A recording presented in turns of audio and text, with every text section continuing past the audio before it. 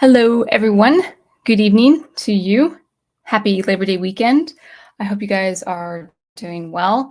I would love some confirmation on audio and visuals. It's been rainy.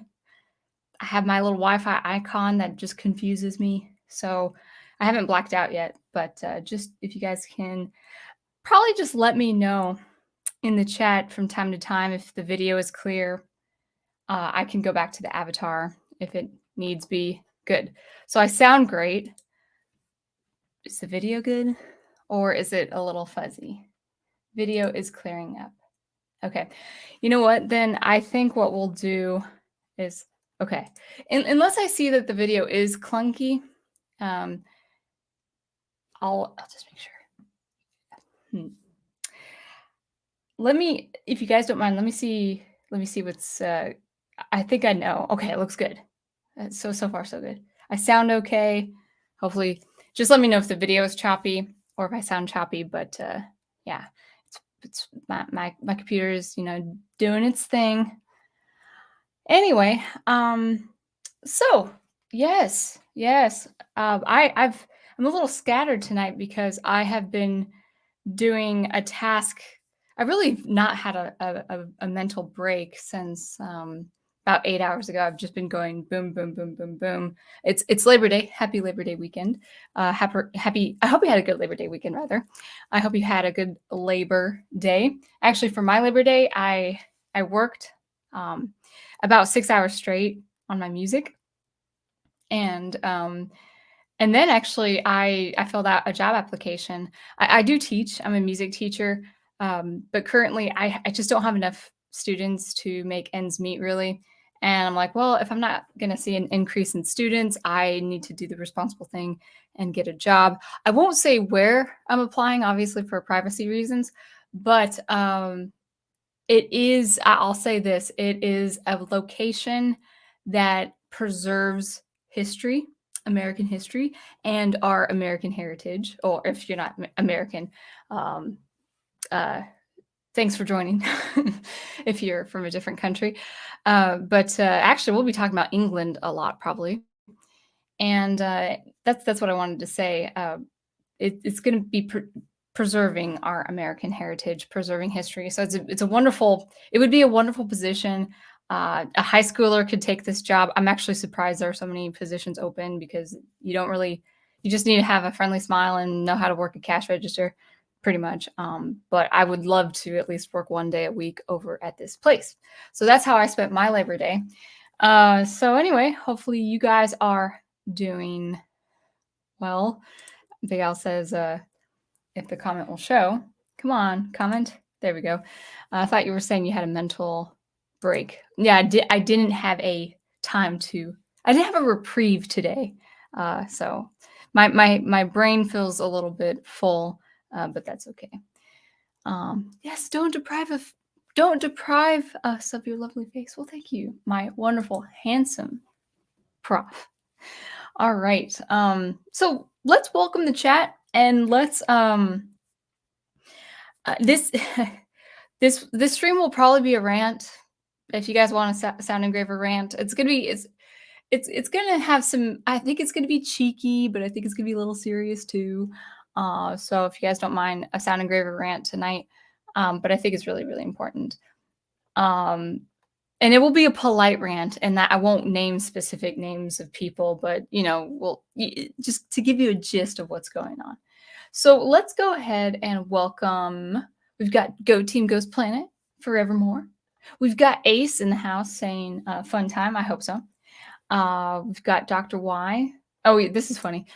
Precious Moments artwork and a thumbnail for a Tolkien stream. Unexpected but interesting. Yeah, like I wanted the precious moments because in a rather cheeky way, I am confessing my ignorance of such things, and we'll talk about what I'm confessing, what I've been so ignorant of, if you guys would indulge me. Let's actually upload, turn on this. Let's put up this comment by Big Al. Can't talk. Should I be streaming tonight? Big Al Percent says, this is a quote by Tolkien himself. For myself, I find I become less cynical rather than more remembering my own sins and follies, and realize that men's hearts are not often as bad as their acts, and very seldom as bad as their words.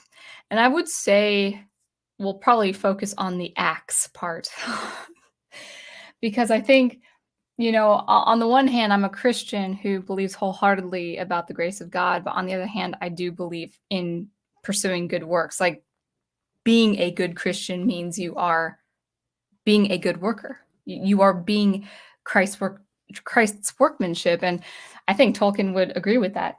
And I think there's a turn of the tide in our popular culture and also in our society and in the fan culture that is really resisting that. It really resisting the preservation of what is good. I think Christians or people who are not Christians, I think a lot of people would have this, share this common sentiment that it is really, really important to preserve good art, but we actually do need to be diligent and vigilant about how we preserve that art. And we're going to be talking about what people are being careless about tonight.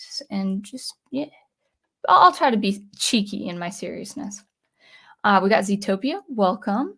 We've got, I think that's, Private Eye, welcome. Hello. Answer Stone, nice to see you. You're also hunting for a job at some private schools in your area with good values. Yeah, find a good school with good values. I know that's a rarity. I know that's hard to come by these days, but I hope you find something. And if you do, just update us the good news. So definitely. Yeah, thank you, Ace. This is an astute point. Pursue peace even with your enemies, but that doesn't mean you have to be one of their buddies. Exactly, exactly right. So, let's talk about this. What am I talking about? Actually, before I begin, let me turn off my Wi-Fi on my phone just so I have better clarification here. Oh, airplane mode. That's what I want, right? Okay. So hopefully that will clear up the signal just a little bit better. Okay, so this is again one of those off the cuff moments, but I've been ruminating over this idea for a week or so. Actually, probably a good couple of weeks, kind of just seriously reflecting the content I watch on YouTube and where I'm putting my mind and where I'm putting my time when it comes to consuming YouTube content comments too. All right, so I have to confess my ignorance. I have to confess that I have been ignorant of something. I've actually been rather too optimistic. People might say the the the reverse when it comes to my channel. They might say, "Hey, wait a second, you have been negatively pinpointing these different things with these different bits of critiques. You've been going at it with Star Wars for a number of years now, probably 2 to 3 years now. What do you mean you've been too optimistic?" So I'm just gonna give you a little bit of just a little bit of background before I actually enter introduce my sentiment, my confession. So if you've been watching my channel, I started streaming March, actually year of the pandemic, right around March or April when we were all, staying home and being online all the time. And so I had produced videos for 2 years before that, before I started, streaming. Yeah, that's a good idea. And so if you've been with me since then, you really do know where I stand on Star Wars, for instance. Um, if you've been with me for 2 years or longer, you are aware of the content. Like I was pretty much dogged in my content and my critique of Star Wars, the terrible writing of current Star Wars. Now, you also might have been aware that I have not watched anything Disney related since Star Wars, The Clone Wars, season 7, The Siege of Mandalore.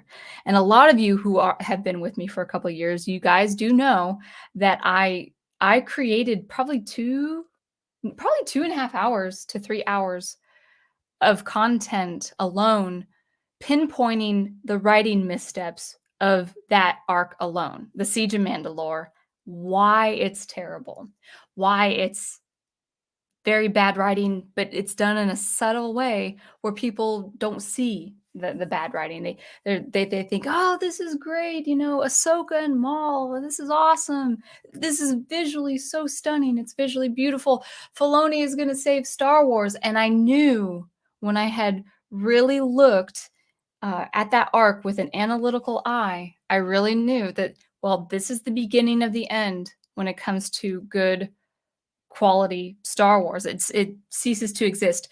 It started with the sequel trilogy, and it certainly has not ended with the sequel trilogy. And The Siege of Mandalore was really the impetus of my content in pointing out the bad, but also upholding the good. Now, I will say I've been at fault with a certain thing, and that is I've been more focused on the bad and not focused on the good, not focused on what is good art out there. So going forward, even into this fall season and winter, I really do want to continue talking about good art, something that is, a topic that would be insightful, enlightening, intriguing, interesting, but that focuses on art that, it's not perfect. There's no perfect piece of art out there, but art that I do consume, art that I do spend time with that is good quality, and then maybe talking about that with you,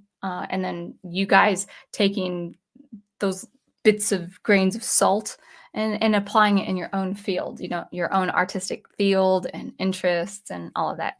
So I will say that I have been objectively, I've spent more time on the nitpicks and the critique of different pieces of art in the last couple of years while streaming. It started with The Siege of Mandalore. It started with the terrible missteps of the writing of that arc. And as I just said before, I knew that was the commencement. That was the ushering in of terrible content to come when it came to Disney Star Wars. So after watching that arc, I never bothered with Disney Plus after that. I didn't bother with any Star Wars content. And I would say, yeah, that's been true. I have no interest in the new Marvel stuff. I just have no interest. I have no interest in anything Disney produces because I just don't trust Disney anymore to produce anything of quality. Not because I don't believe they can produce good quality. I believe they actually refuse to produce good quality. Now, there might be exceptions. There might be some shows on Disney Plus that they've recently released. I mean, okay, I'll grant it.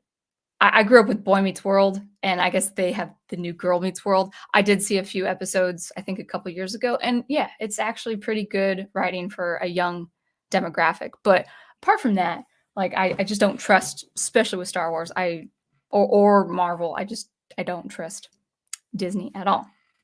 So that was a lot of context there. Now, when I was producing my analysis of The Siege of Mandalore and the terrible writing of The Siege of Mandalore, and also the music choices of The Siege of Mandalore and the music choices of the sequel trilogy, when I was producing that type of analysis and critique, I had it in my head, in my naive little brain. I had it in mind to think, well, if I enlighten these people with this poor quality of art, if I enlighten people and show them the way and reveal to them, oh my goodness, yes, Disney is producing terrible art. Disney is producing terrible writing. Disney is producing terrible shows and entertainment and all that. If I show them the way, if I show them the light, then whoa, people, even in the fandom menace, they're going to see, yeah, that is terrible writing and therefore I'm not gonna watch it. That was 2 years ago. That was my brain. That was my mode of thinking 2 years ago. My mode of thinking was, well, if I point out the bad, people who would agree with me will stop watching the bad. Now, those of you who do listen to me, I know you guys don't watch this stuff. Like those of you who listen to Professor Geek, I know you guys don't watch this stuff.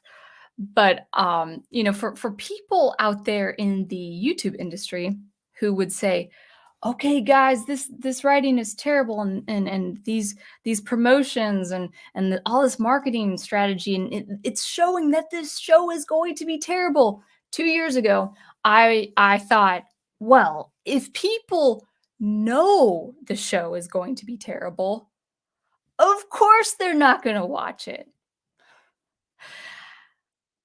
And Rings of Power has proven that not only will people, knowing that they're going to hate the show, knowing they're going to think it's terrible, they will not only watch it, they will go at it head on.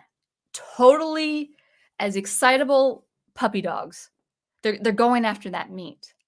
They're going after the bad. They relish the bad. If I knew this, or if this was the climate of the entertainment 2 years ago with the Siege of Mandalore, I would have not produced my content.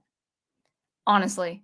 Honestly, guys, I'm gonna say it's such a, revelation for me. I wouldn't have spent so much time talking about the faults and the flaws of a character like Ahsoka Tano. Because I would think, well, no, people would understand the danger of that in entertainment, and they would avoid it. They would avoid it like the plague. But now we are in this industry. I'm not. But we see everywhere. We see we're in this YouTube industry where it's like, oh, yes. Oh, the writing is gonna stink. It's gonna be bad. It's gonna, oh, I can't wait to watch it. And then not only my closest friends will watch it with me, but my massive audience will watch it with me too. And so my warnings concerning something like the writing missteps of the Siege of Mandalore is moot. Doesn't matter anymore. Now, I'm not saying that in a nihilistic way, like I put all that effort and it's in vain, you know. I'm not saying that. I'm glad that I had that kind of constructive criticism, and I did what I did. And in fairness, I actually did get subscribers from that content, so I'm happy to have done that and to kind of work through the analytical thinking and of, you know, what good writing is, what bad writing is, what's consistent, what's not. I mean, there is good to come out of all of that work. But now with entertainment, the entertainment climate these days, people gorge themselves with the stuff they hate. They can't get enough of it. It's like the most addicting popcorn. They love the things they hate. They love watching and retweeting and commenting and producing videos. And they love all this stuff. They love that they are consumed by the things they hate. So where is the incentive then for a company like Amazon to, you know, turn over a new leaf and say, "Oh yeah, you know what? I think defecating on Tolkien's lore isn't a good thing." You know, I think you know, dishonoring him and misaligning who he is as a Catholic writer and Oxford professor and philologist and all of that, you know, we totally dismantle, or we're actively trying to dismantle his mythology, his English mythology. Maybe we shouldn't. No, Amazon's not going to do that. Amazon is going to go full throttle in the deconstruction and obliteration of the English mythology as we know it. They're not going to stop. They have no reason to because they got what they wanted. They received, I think, 25 million views globally with their first 2 episodes of Rings of Power, and we can thank the Fandom Menace for a huge contribution. Thank you, Fandom Menace. Thank you for hate watching and promoting the asinine and also the bad. It's, you have potential, you have untapped potential of stopping the political shenanigans and the nonsense, but you don't because you can't stop because you're addicted. Because you hate watch. You watch. You consume all your time and mental energy on the things you hate. But really, do you hate it? I think the answer is no, you love it. You love getting the views and you love getting the money and you love getting the subscribers. You won't stop now. Just like Amazon won't stop the dismantling of Tolkien's mythology, the Fandom Menace will not stop their industry. It's an industry. It's an active, perpetual industry where I see no end until it actually does them psychological harm, if it actually depresses them. And I don't see that happening for another 5 to 10 years. So in this setting, in this environment we're in now, I wouldn't have bothered talking about why a piece of writing is terrible. People will still, like, even let's say with the Ahsoka Tano show or the Ahsoka series that Disney will produce and put out in a year or so, even if it was blatant in its political narratives and leanings and ideologies, you're going to have a camp of people who will watch it and promote their channels with their videos, and then you'll have a group of people, a camp of people who will actually deny that it's bad because they don't want to see that it's bad, and they'll still watch it. So, I feel very grieved that people actually do this to themselves, because it's actually, I want to be fair in talking about people who do this. It's an addiction. It's like eating sugar or drinking alcohol. It's an addiction. They can't stop. They've actually become addicted to watching a show they hate or they think is terrible, and they're addicted to watching between 5 to 10 YouTubers say the same thing that they're thinking. It's an addiction. It's it's gotten to their psychosis. It's like Facebook. It's like Twitter. They can't stop until they actually start disciplining themselves out of it. That's how serious it's become. And so I'll get back to the chat. We'll talk about actually some societal repercussions of this activity, and it's pretty important stuff. So let's go back to the chat. There's a lot more I have to say, but I do want to kind of be even.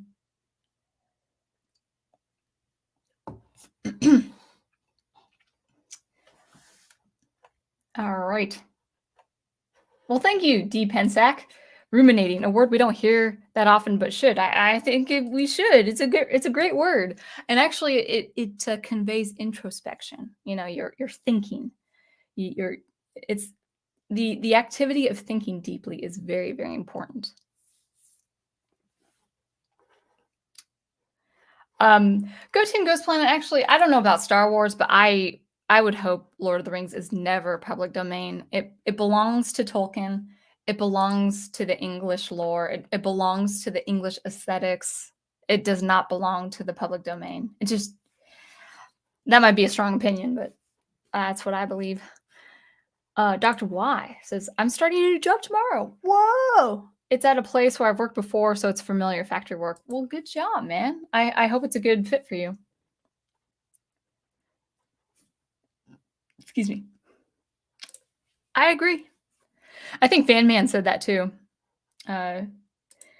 And the thing is, I know I've said this before, but, Star Wars now, I'm not talking about people who do believe that Disney is producing good Star Wars. I'm not talking about those people. People who actually believe Disney, is not producing good Star Wars will still want to watch their shows because they want to have that hope that Star Wars will get better. And even more is they would prefer bad Star Wars to no Star Wars at all.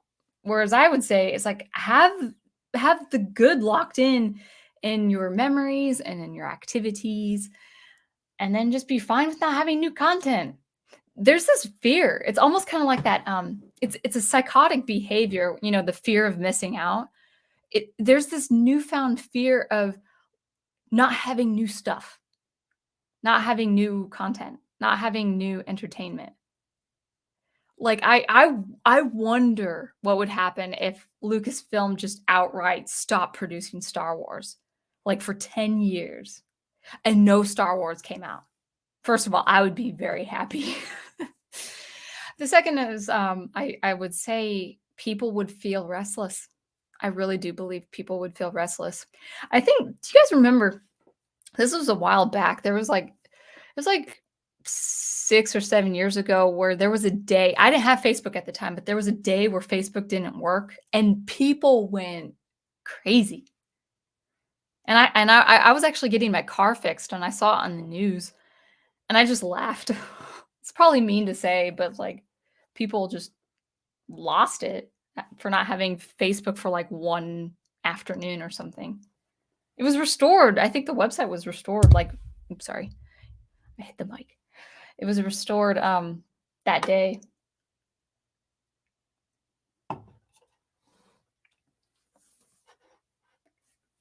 Actually, you know what? Go team, goes planet. I'm gonna be real with you and real with all of you guys.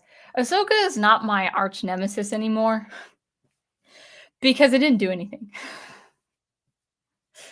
I mean, it probably did some stuff for some people, but even if her show is really bad and the politics is clear as day, people will still watch it. Thank you. I think it's important. Whether you say that sincerely or sardonically, I think adhering to your standards is important. KR is with us. I've had issues with Star Wars as a whole before the Force Awakens, but man, did that movie remind me so much of those issues. The Last Jedi made it even worse, and it seems like the franchise is repeating them again and again.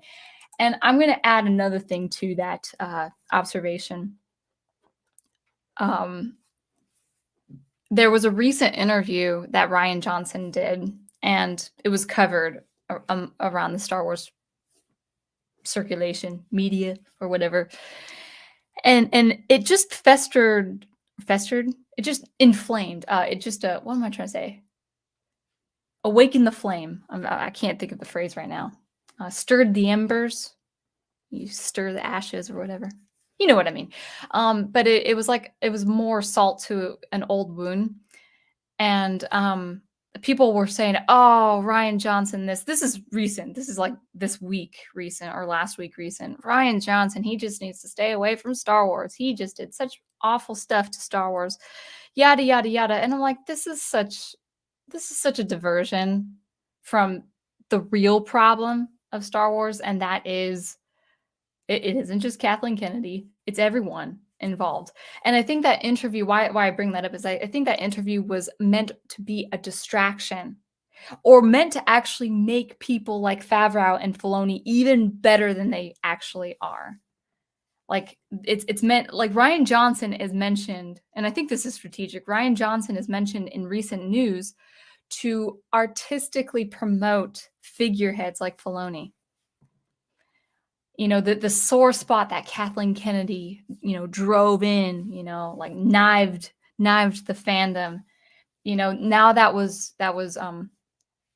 reawakened. It was felt again. It was felt once again. And then that's just for a social reaction. That's just for saying, "Oh, we need Favreau more than ever now."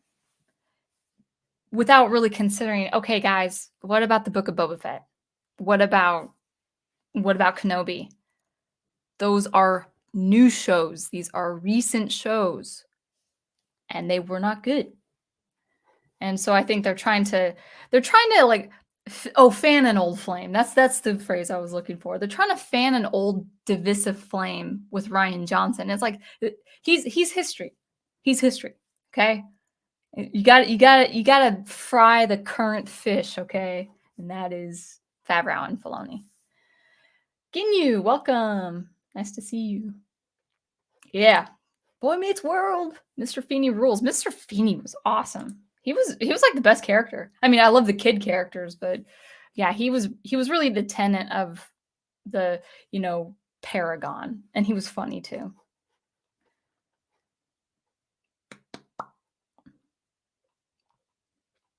All right.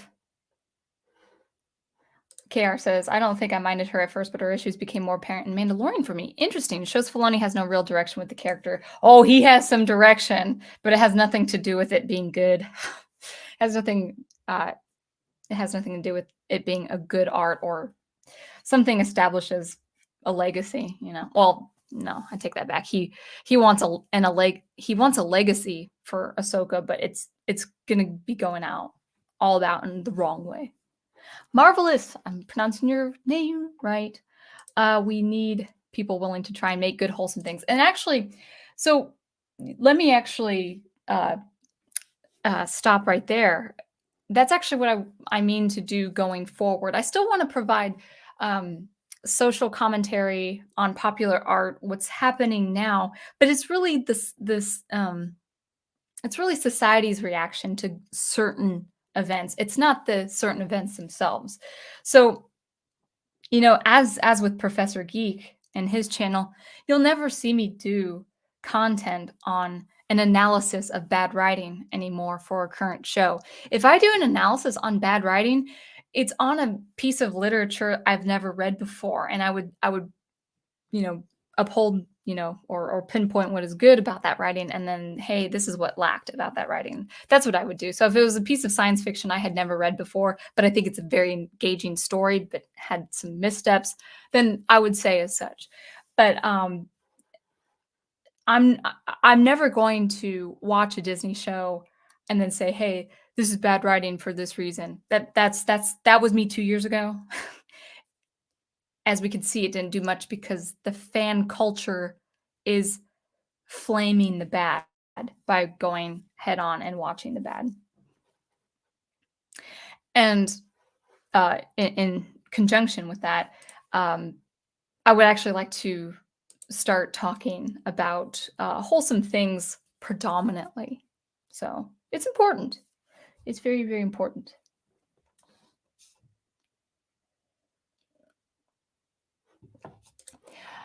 Big Al, can you tell the Phantom Menace that? I only watch something with the mindset to enjoy it. Life is too short to watch something I hate. I think though, oops, I think the chat jumped. I think it's gotten to the point though where I think they love watching what they hate.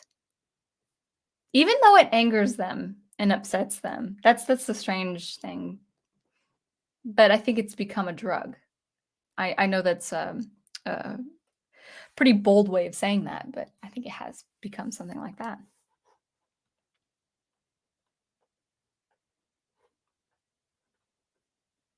Private Eye says, fear leads to anger. Anger leads to hate. Hate leads to suffering. Yeah. Yes, actually, yeah, you're right. Fan Man used to say fan addicts. Yep. Yep. Thank you. I was trying to think of the phrase. I refuse to see anything associated with Ruin Johnson, even if it doesn't have the Star Wars label. Oh, don't F him. But thank you for saying it in a non-crude way. Uh,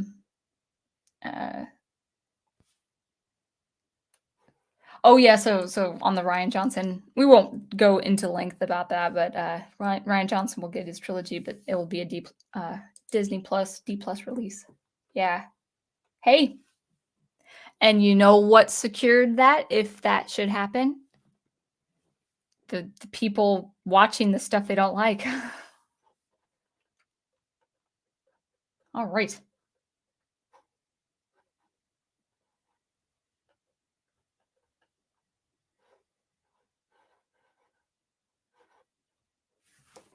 Well, I mean, I don't think the two can be compared besides the blatant uh, disintegrating of mythology. That's what I would say. All right, so it looks like one more comment, and then I actually want to talk about something just a little bit more, um, which is important. We'll probably talk about Rings of Power just a little bit. I'm not watching it, but yeah, just give you some context. I enjoyed the Phantom Menace for years, but I think they are still too attached to the idea of mainstream consumerism. The future is decentralized. I mean, that's a pretty provocative thought. I think now, oh, on the one hand, I want to be fair with these people and say, hey, if I had a huge audience and I made a lot of money on my YouTube content, could I really sacrifice that for the greater good? I don't have that. So I honestly don't have that temptation. I don't have that incentive to go on with the nonsense of watching these shows. But I want to talk about something rather serious. I was going to do this actually as a separate stream, but I think this is important. So you'll see the thumbnail with the two main images that we've all seen, with Galadriel or faux Ladriel, and also Disa, the dwarf. First of all, Disa is not a Tolkien name. Sorry, Disa. Disa's a Star Wars name. You would have been perfect for Star Wars, but that's not a Tolkien name. So there's that. And then you see that girl.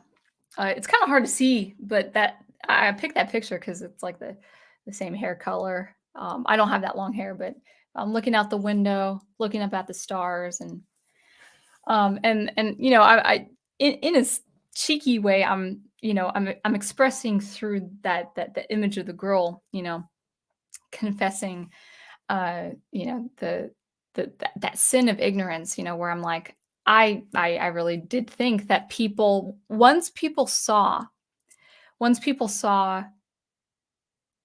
from mile, like from miles away, people saw that Rings of Power was going to be bad. Now, even if people would argue, I was like, no, no, no, actually, Rings of Power is better than I expected. Oh, it's so visually beautiful. That's BS. People say it's visually beautiful because they can't imagine how much more beautiful it actually can be. I've seen the images. It's pretty, but it's not spectacular. So stop it with the visuals. Stop with people saying, "Oh, it's so visually captivating." It's like it could be 1,000% better, but it won't be because people don't even have that imagination to see what's better. Sorry, I'm an artist who spends hours on her craft, okay? Not visual. I'm not a visual artist. I'm a sound artist, or composer rather. It takes a lot of effort to really get something down. And there could have been way more effort in the visuals of Rings of Power. So I'm completely countering that argument from the get-go. So what was that? That was a rant. That was a rant within a rant. Rants within rants within rants.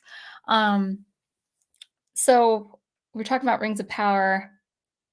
Oh, okay. So people are already saying, "Oh man, it's actually not as bad as I thought." Visually it's really nice. It's got some heart. It's got some feels. But even if people believed it was good, or at least it was better than they expected, it's still not Tolkien. It's not Tolkien. It's anti-Tolkien, guys. It is stripping Tolkien of everything he's achieved, and it's actually doing more than that. It's what Rings of Power is doing is actually far worse than even tearing away at Tolkien's legacy. And here's what I mean. I was hoping this wasn't be such a serious topic, but it's got to be discussed, and I might discuss it in length a little bit. But so what this is kind of a separate topic, but what Rings of Power is demonstrating is this parallel activity. Rings of Power in the entertainment world is working in tandem with actual politics that's happening against the English, against the UK. Obviously, England is one part of the UK, but I really, if you guys, I don't know if where you guys, where you are from around the world. If you are, I think most of you are probably from the United States, but if you guys um, aren't aware of what's going on politically in the UK, it's a very serious situation. And I won't go into the details because I don't want, again, I don't want this to be a political channel, but art and entertainment is actually working in a direct tandem with actual world politics. And the UK is being greatly affected, negatively affected with world politics these days. Rings of Power is just the entertainment analog of what's happening in England and to England. What is happening to England? Well, in the way that Tolkien is and his work has become defaced, has become kind of supplanted his imagery, his Christian imagery, and the importance of English mythology, the way that's being stripped down and pulled apart. It's actually what's happening to the actual English man or the English man, woman, person in real life. Because of politics now, because of what's happening in the political sphere, geopolitical sphere, topographical things like war and conflict and all of that stuff.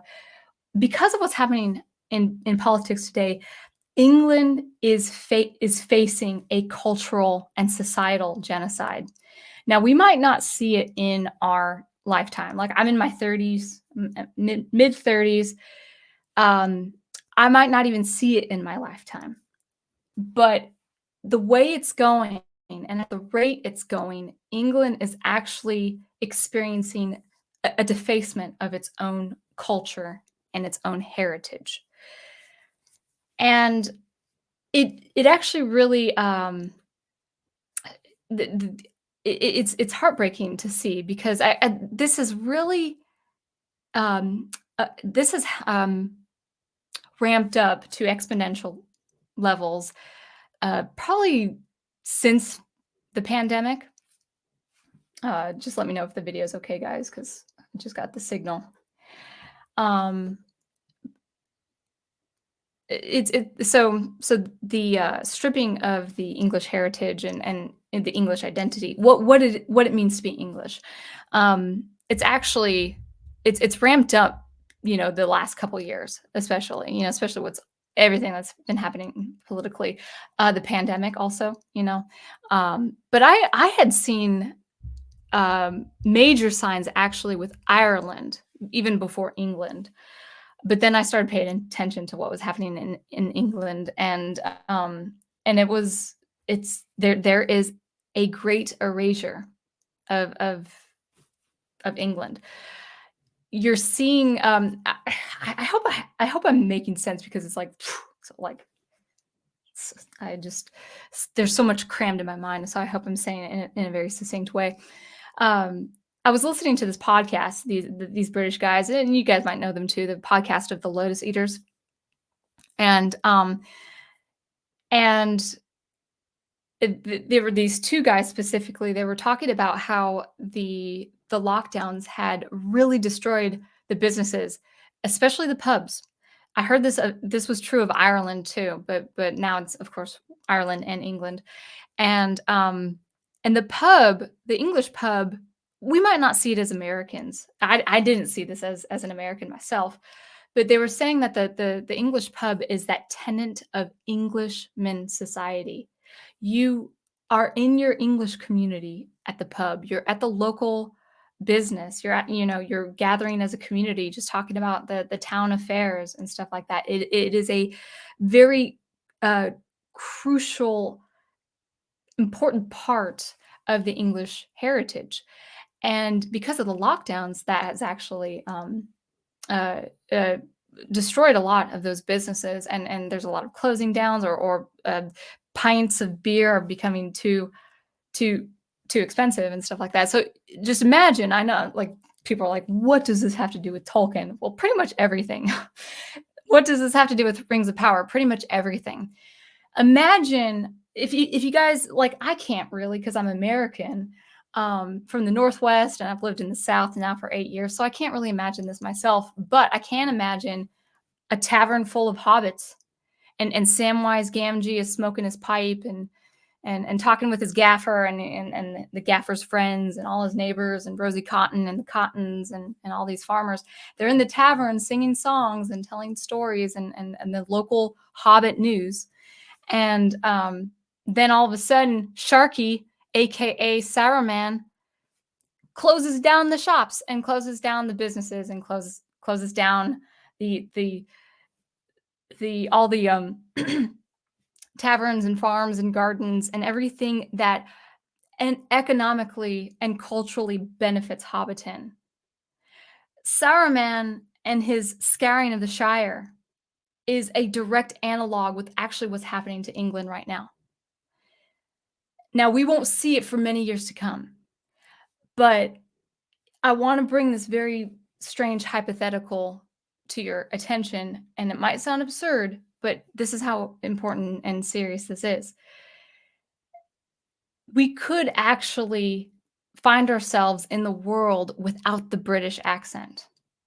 Many generations down, well, maybe not even many, I would say 4 to 5 generations from now, the way it's going with the stripping down of the English heritage, there could be a loss or a muddying of the British accent where we wouldn't even recognize it as a British accent anymore. And I would ask, actually, I know this is kind of a very absurd hypothetical, but I need to ask this. I would ask to the YouTubers who are making a crazy industry, promoting and grifting and hate watching the analog that defecates Tolkien's legacy and defecates the English mythology. Could you make money knowing that your work is actually going to obliterate and remove the British accent of the world 5 to 6 generations from now? Because that's what Rings of Power is doing. Rings of Power is the entertainment analog of the stripping of the English. I said it before on my community tab. The modern representation found in Tolkien, this Rings of Power nonsense, the modern representation of Tolkien is the misrepresentation of the English man. And I advised artists, we must beware. We must beware. Why would we want to destroy such a beautiful culture? Why would we want to destroy such a beautiful mythos, a beautiful mythology? Even though we can't see it now, it's going to happen if we continue supporting these kinds of products and projects. Amazon's not making any money or losing any money with their subscription to Prime. They didn't make Rings of Power to make money. First of all, they don't need it. Amazon doesn't need to make any more money than it already has. It doesn't think like that. Like, it doesn't actually think like a small business person would think. Amazon did not get some rights to Tolkien's world to make money. And it certainly didn't get the rights to Tolkien and his world to honor Tolkien. It's a move. It's an artistic, political move. It's art and politics working in tandem to say, wait, no, what? No. We can't have Tolkien looking like this anymore. This is the past. We got to modernize it, guys. We got to reimagine it. And to that I say, well, if you're going to put a look to this, if you're going to put a modern look to Tolkien, then it ceases to be Tolkien. It's generic fantasy at that point. It's World of Warcraft or whatever. And it's fine. You could just say, hey, we were inspired by Tolkien, but this is our generic general fantasy. Disa would be perfect in a general fantasy. Disa doesn't belong in Tolkien. That's just So I didn't make it up. Tolkien did. You know, Tolkien did not, I don't think he released Fellowship of the Ring until 62 years old. He spent all his life in the trenches of World War I. He spent all of his life giving us this world.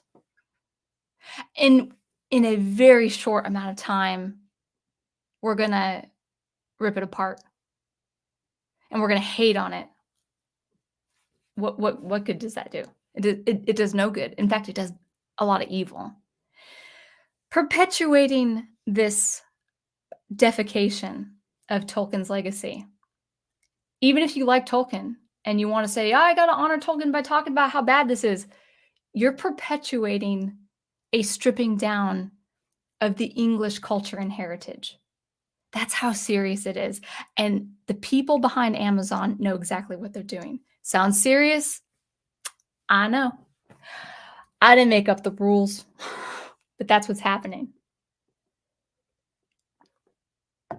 So just remember, oh, thank you, Dylan. Nice to meet you.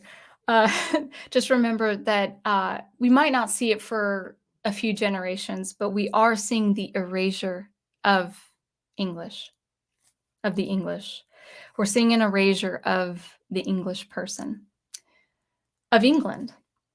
And I think that's what Rings of Power is. It's the entertainment analog of that erasure of England. And I think we have to be vigilant. I don't think we can compromise by saying, well, I can make money doing these videos, you know? No, like let's talk about the socio-political ramifications and the historical ramifications of supporting such a thing. That's all I've got to say. Let's go back to the chat. Let's see. Oh, Jared is here. Good. All right. I'm just glad I'm not watching the show. Peter Jackson did his best to stay true to the Lord of the Rings trilogy. It's like how Disney Wars, yeah, it's like Disney Wars is not Star Wars. Without George Lucas, there is no Star Wars. I mean, I do think, excuse me, I do think you have the heart of Star Wars in stories like the EU.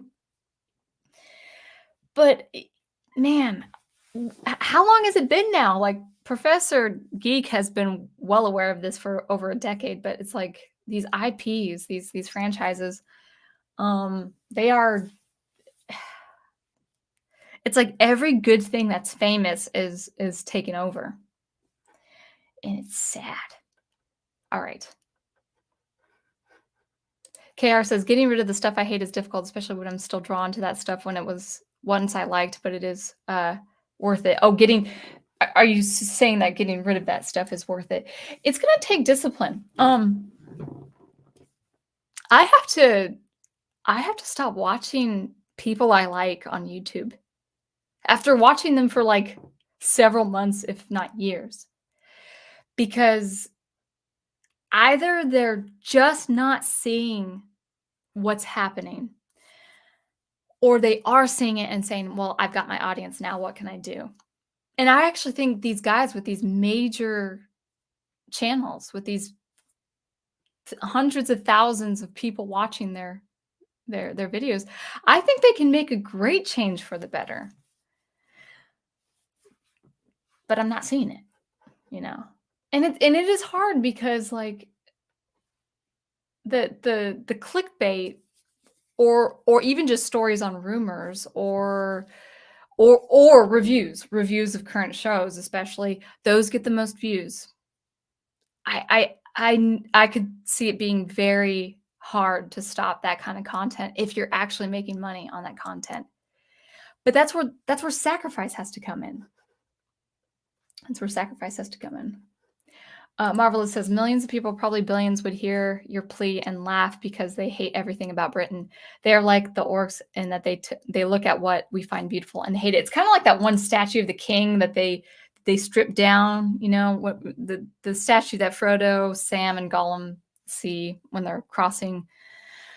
They're on their way to Minas Morgul, and they see the beheaded. I think in the book the statue is decapitated.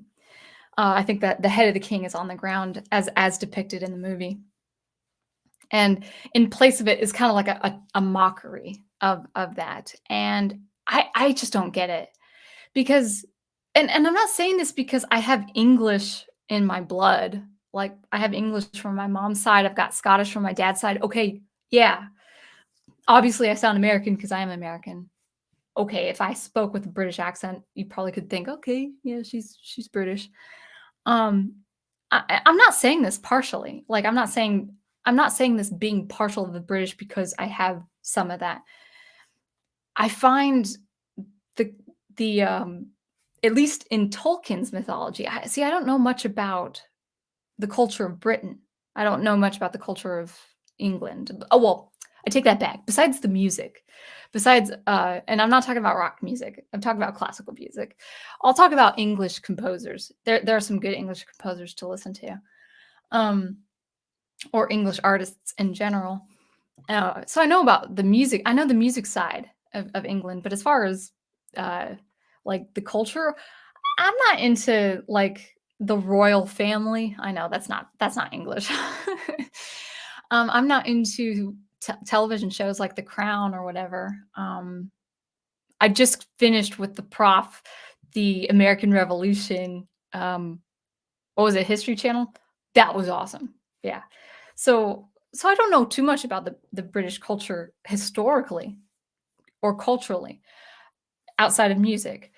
But Tolkien, if he did convey the British culture well, especially with the hobbits, especially like the nobleman of Aragorn, that nobility of Aragorn and that regal um, idea of Aragorn as the king and healer, and then also Hobbiton and the hobbits and stuff like that. It's like, well, if he did properly convey the English culture, then I'm very attracted.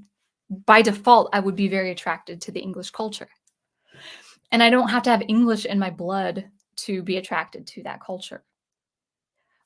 I'm very intrigued with Japanese, the language, the music, and the architecture.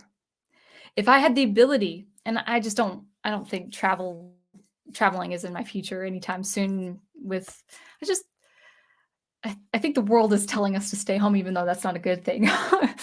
But I love the Japanese language. I love the sound of the Japanese language. I love seeing you know, kana and even hiragana on as signage. I love you know, if I hear a sentence in Japanese, I kind of like to mimic it because I love the sound of the language. I love the look of the language. I love the look of the written Japanese language. I love the architecture. East Asia, if I went to East Asia for any reason, it would be the architecture. I find that so fascinating. I don't have a hint. I don't have a iota. I don't have a fiber. I don't have a drop of blood of Asian in me. But I love the look of it. I love the sound of it. I love the feel of it, in artistically speaking. I don't know much about the culture, but I could still be interested in that culture. And guess what? It is by and large a homogenized culture. The Japanese is a homogenized culture, and it's okay that it's a homogenized culture. It's okay that the Koreans have their own language. It's okay that the Chinese have their own language and their own history and their own literature and their own music. I was binge watching this one instrumentalist, this Chinese instrumentalist with Chinese music, and forgive me, I forgot the pronunciation of the instrument. I should know this instrument, the pronunciation of this word because it's such a gorgeous instrument. It's a zither of some kind. Um, and I learned how to pronounce the word like a few weeks ago, and now I forgot it. But it's like you can be emotionally intrigued and invested in a culture, whether you are part of that culture, you know, based on your heritage or not. So I don't get the disdain of towards the British.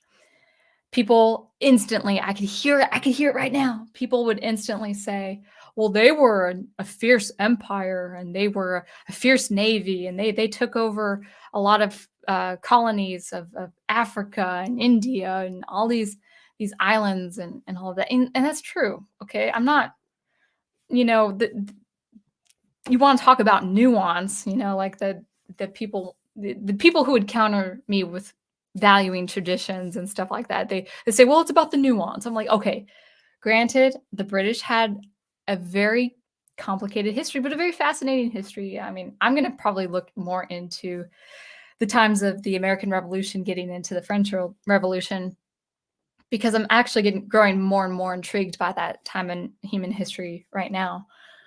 It's probably from dating my prof. But yeah, there are, you know, sins of people, you know, in a person's history, like as far as, but not the person themselves. It's like, don't antagonize the Englishman or don't antagonize the British for having the history that they had. And especially here's the thing. There's an inverse. People saying, "Oh, not colonial, colonialism, imperialism. The history of imperialism." Well, actually, what's happening is the inverse, and it's an implosion of England, whereas every single country seems to be going to England. England's not going into any other country. The world is going into England. It's like this, you know, stuffing a watermelon into a grape. That's the level of seriousness it is with the British culture. Anyway, I didn't plan on defending the English so fervently, but I am. Yeah, I think it is Rings of Power that did that. I blame Rings of Power.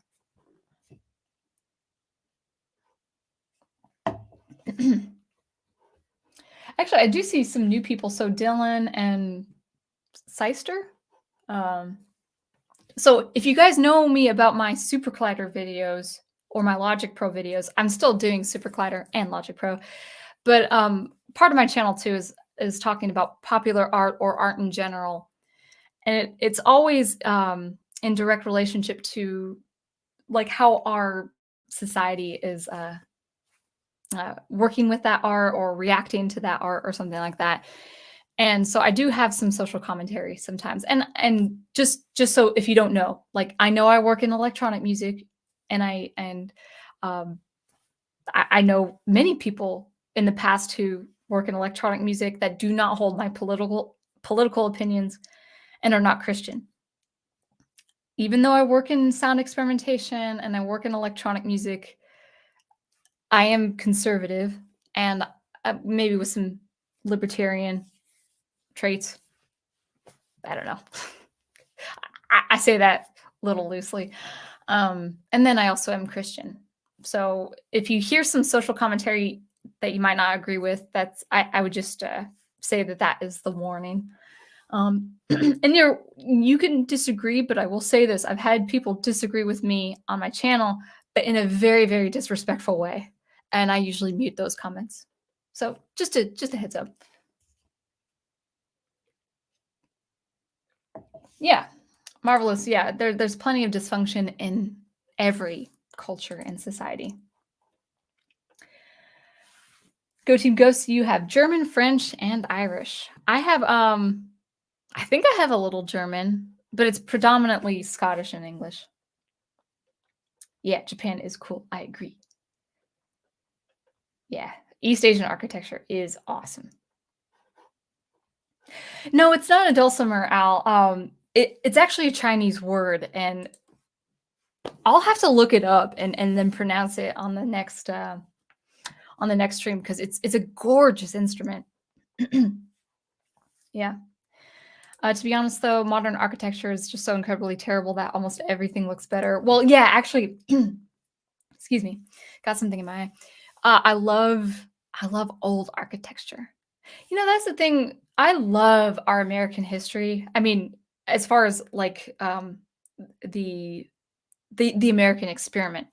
I know we've got our ugliness in America, in American history, but we've got a lot of beauty and heroism in American history. We've got valiant men and women and thinkers in our American heritage. Where was I going with that? Oh, but because our country is still comparably young, it's like an infant compared to all the other countries. We just don't have the architecture as the other older civilizations, like what you see with Italy, what you would see with Japan, of course, what you would see a little bit with England, and so yeah. Anyway, so yeah, so I know that I feel like it's been more than an hour, like way more than an hour, more than an hour and 5 minutes. But I wanted to talk about that. I might just recap a little bit, but then probably wrap things up a little bit. Sir Stone, welcome. As a Catholic, I'm a little biased, but architecture peaked with the Gothic cathedrals. I don't think you have to be Catholic to agree with that, but oh man, you're already touching another um, subject there. So much detail and symbolism. Yeah, no, Koto Big Al is Japanese. I promise. I promise. I probably actually should send you guys the channel that I was looking at. Um, but I'd have to find it, and it's probably wasting time. But I'll post the channel if you guys remind me next week, because it's beautiful Chinese music. Um, yeah, cathedrals. Yeah, I mean, I'm not Catholic, even though I'm non-Catholic Christian, but I have always seen the significance of cathedrals. Actually, my prof who is Catholic, we were talking about that very thing just like a couple days ago, and I remember my dad. Part of the evangelical experience is this belief, and I don't think it's a sound one. The more I'm discovering about Catholicism as a non-Catholic, the more I'm seeing, oh, here's what evangelicals may believe or posit, at least, and I don't think it's a very sound thing. Um, even in the evangelical experience, people do accept an invisible unity of the church, meaning, okay, I've got my own heart, soul, and spirit. I can have fellowship with people in a home, in a library, at a luncheon. We don't really need church because we've got this invisible unity. Whereas with the Catholic Church, it is a visible unity. It's a visible, unified witness of Christ himself to the world. That's pretty monumental if you think about it, if you're a Christian, as I am. And a cathedral, in its beauty, in its artistic beauty and structure and aesthetics, in its individuality as its own separate cathedral next to the next cathedral, it actually draws in a more spiritual environment for the Christian. You're instantly more in tune with the spiritual and the marriage of the spiritual and the physical when you're in a cathedral. My dad, who is not Catholic, who I would say probably is Protestant by nature, he does value the private times with God. But he told me one time, I'll never forget. He's like, I was sitting in a cathedral and I was on my knees because of it, because of its reverent beauty. Just the structure alone is so beautiful. And I think we need visual cues, not just as Christians. Humanity needs visual cues constantly of what is good and what is right. Even if you don't believe in God, you still believe in good. Now, Christians believe God is good, so good comes from God. But even if you do not believe in God, you believe in good. Unless you don't believe that, and then in that case, you might be an ideologue or an awakening ideologue. But people in their own ways, they do believe in a good of some kind. And I think people need a physical cue or an aural cue. So something beautiful like music. That's not a physical cue unless you're talking about the symphony orchestra or a really good rock band or something like that. But music is a temporal aural cue of what is beautiful and what is good. And I think that's yeah. So I'm glad you brought up the cathedrals, because even non-Catholics can find real deep meaning in a structure like a parish or a cathedral. We must have architecture. I love architecture. I like out of all things visual art, because I'm a composer. I'm in music, so I don't do visual art. But out of all things visual art, I love I love animation, if it, like paintings and stuff like that, something done really well. But I love sculpture and I love architecture. I geek out on stairs. I love every stairwell that is designed well, like or every not stairwell, stairway.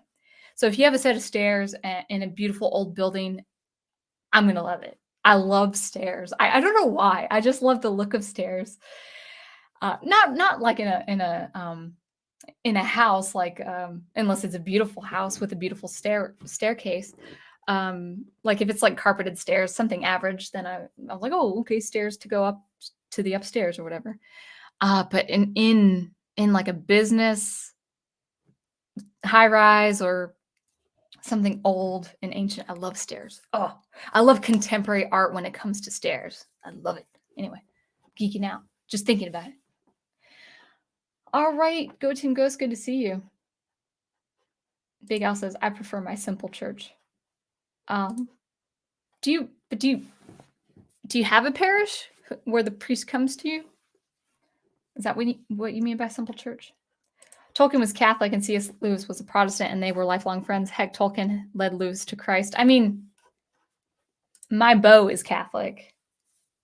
And I will say it is possible, if you're an evangelical and you have an open mind, and I'm not saying open mind as a detrimental thing to your spirit. If you seek the knowledge of Christ and the knowledge of God, you'll find that you are in agreement with a lot of things the Catholics believe. I just that's another whole other topic, but I had no idea the division, the rift between Catholics and Protestants. I knew of it, but it's huge. And I'm dating a Catholic. I love my Catholic man, and we go to mass every Saturday. And I'm spiritually seeing other things that actually, yeah. Well, I'm gonna stop before I get too personal. Anyway,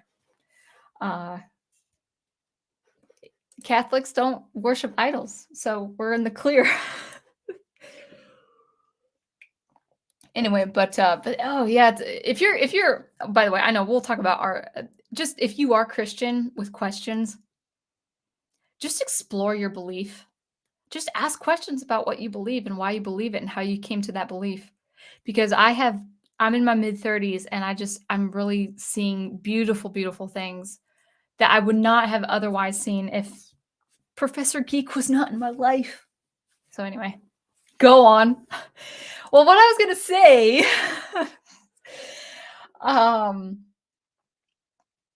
it's true, Marvelous. I'm Prof and I are a living witness. Prof, we should probably start that podcast soon. Well, I'm not an evangelical though. I realize probably I'm not that. I'm just a Christian who's not a Catholic. But I believe Catholics are Christian. Think about it. Oh, okay. So what I was about to say before I cut myself off was we go to Catholic mass on Saturdays, and then we start our weekend. We have our Bible studies Saturday nights, and then I actually came to the realization that I was like, oh, I might not agree with things that are happening in the Protestant circles. So we actually it was a huge decision a few months back on my part, but I actually stopped going to a Protestant church So I'm in limbo right now spiritually, but I'm learning so much too. So anyway, that's it. That's it. No more. I'm already tired. I'm probably gonna rant on other stuff that wouldn't make sense. Big Al says, my parish is a simpler, older structure. The priest visits me at my apartment for communion and confession when needed. Good, good, good, good. So let's recap this. Hopefully that made sense. My mind just kind of felt so just impacted, like packed in. And so I hope it made sense. So what's my confession? What's my confession? My confession is I have been ignorant. When I was producing content 2 years ago on the terrible writing of Star Wars and the Siege of Mandalore, it was with the endeavor to enlighten people on the terrible writing and the subtleties of the terrible writing so people could avoid more terrible writing in the future. That was 2 years ago. Now I see that people are addicted to bad shows. They want to watch the bad shows knowing it's bad.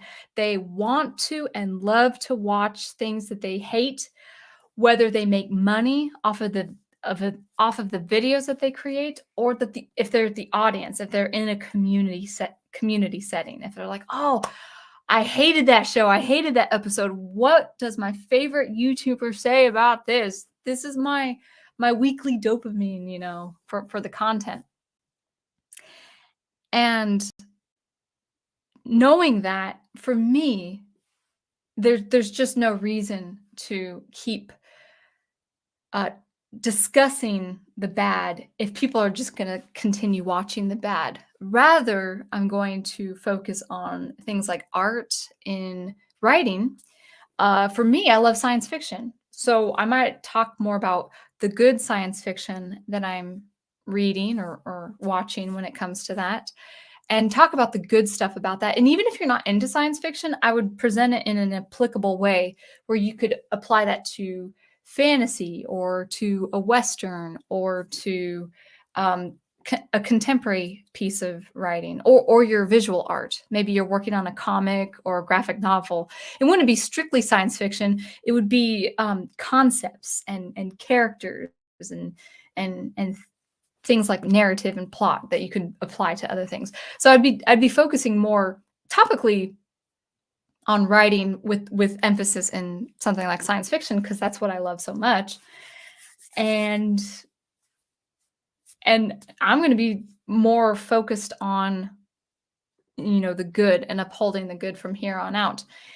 I will talk about societal reaction to things, even if I don't get into the nitty-gritty of the thing itself. So if there is a social event or an entertainment event, something to do with popular culture, it's going to be contextualized in the grand scheme of things, not this whole dopamine, like, oh, wasn't that so bad because of this? Like, no, I'm done.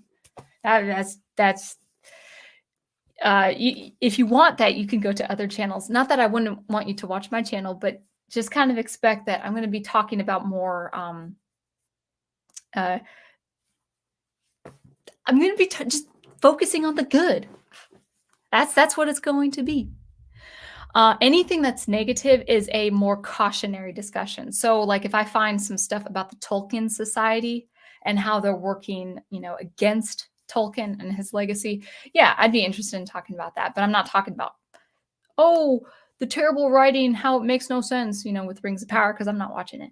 Okay, so that's the first thing. The second thing is being vigilant with something like Rings of Power because it's the direct analog. It's the direct entertainment analog of what's actually happening to England itself. There is a great erasure of England. There's a great erasure of the English man, the English person, the English culture. And we've got to be aware of that. And I think I'm actually going to be talking to you. I'd like to have a discussion about an English composer that I've been listening to, wonderful composer. I don't know when I'll talk about him, but probably pretty soon, even if it's sometime this month. Ralph Vaughan Williams, and his music is distinctly English. How is it English? And how he actually helped the symphony break away from the Germanic symphonic art form. So what does that mean? And his music is wonderful, and I would recommend probably 4 to 5 pieces of his because it's just great. So focused on that. Focused on that. Like I really want to uphold what is beautiful about the English heritage.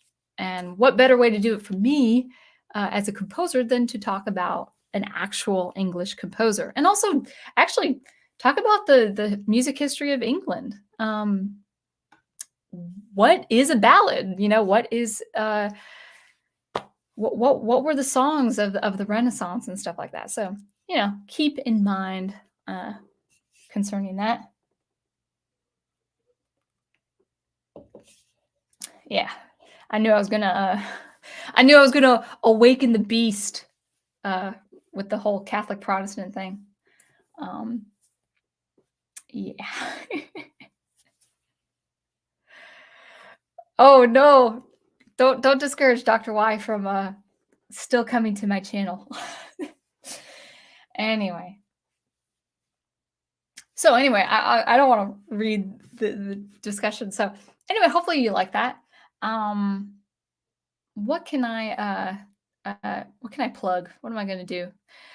Be on the lookout for. I don't know. I had just finished. I had just finished mixing 17 tracks for my piece Mariba, my electronic piece, and I'm going to send that to the mastering engineer probably tomorrow morning. I might give an original video. I need to work on my video game soundtrack too. Like some commentary there. Those take time, so maybe sometime this month. Maybe SuperCollider. I've been correcting some documents in SuperCollider, making sure the code looks good, that everything works. It's been a long, tedious process, but I've been kind of putting in sounds and experimenting with sounds. So I might just have a short SuperCollider video or whatever. The Catholic Protestant topic is a topic indeed, and I'm actually not a specialist in that. But this would be a great opportunity to plug Catholic Bible Geek, the channel Catholic Bible Geek. Actually, Prof, you can plug that if you guys are stop arguing. But actually, I'll conclude it with this. He's saying this to Dr. Y, but also I'm kind of in the same boat. I do know where you're coming from, though, Dr. Y. I used to have a lot of misconceptions when I was a Protestant, and it was due to Catholics who didn't really understand their religion. That's the thing. Here's what I'm going to say for all Christians out there, Christians who are Catholic, Christians who are not Catholic. Rather than sow the seeds of dissent and accusing the other of something sacrilegious, ask yourself, do they really believe that? Where did you get that information? And also, why do you believe so strongly what you believe? Now, because of my own research, I am a stronger Christian for this. Nothing heretical, nothing changed about my faith. In fact, my faith has been strengthened because of my research. Christians everywhere, do your research. Why do you believe so strongly the things you believe? Where is that coming from? Where is that coming from? And it's a glorious journey. Have fun. It's a wild ride. And I think we're going to conclude with that. Oh no, there's no fight. Marvelous. We're all very good natured here, but I know there could be some strong sentiments too. No, you did not, Sir Stone. Don't worry.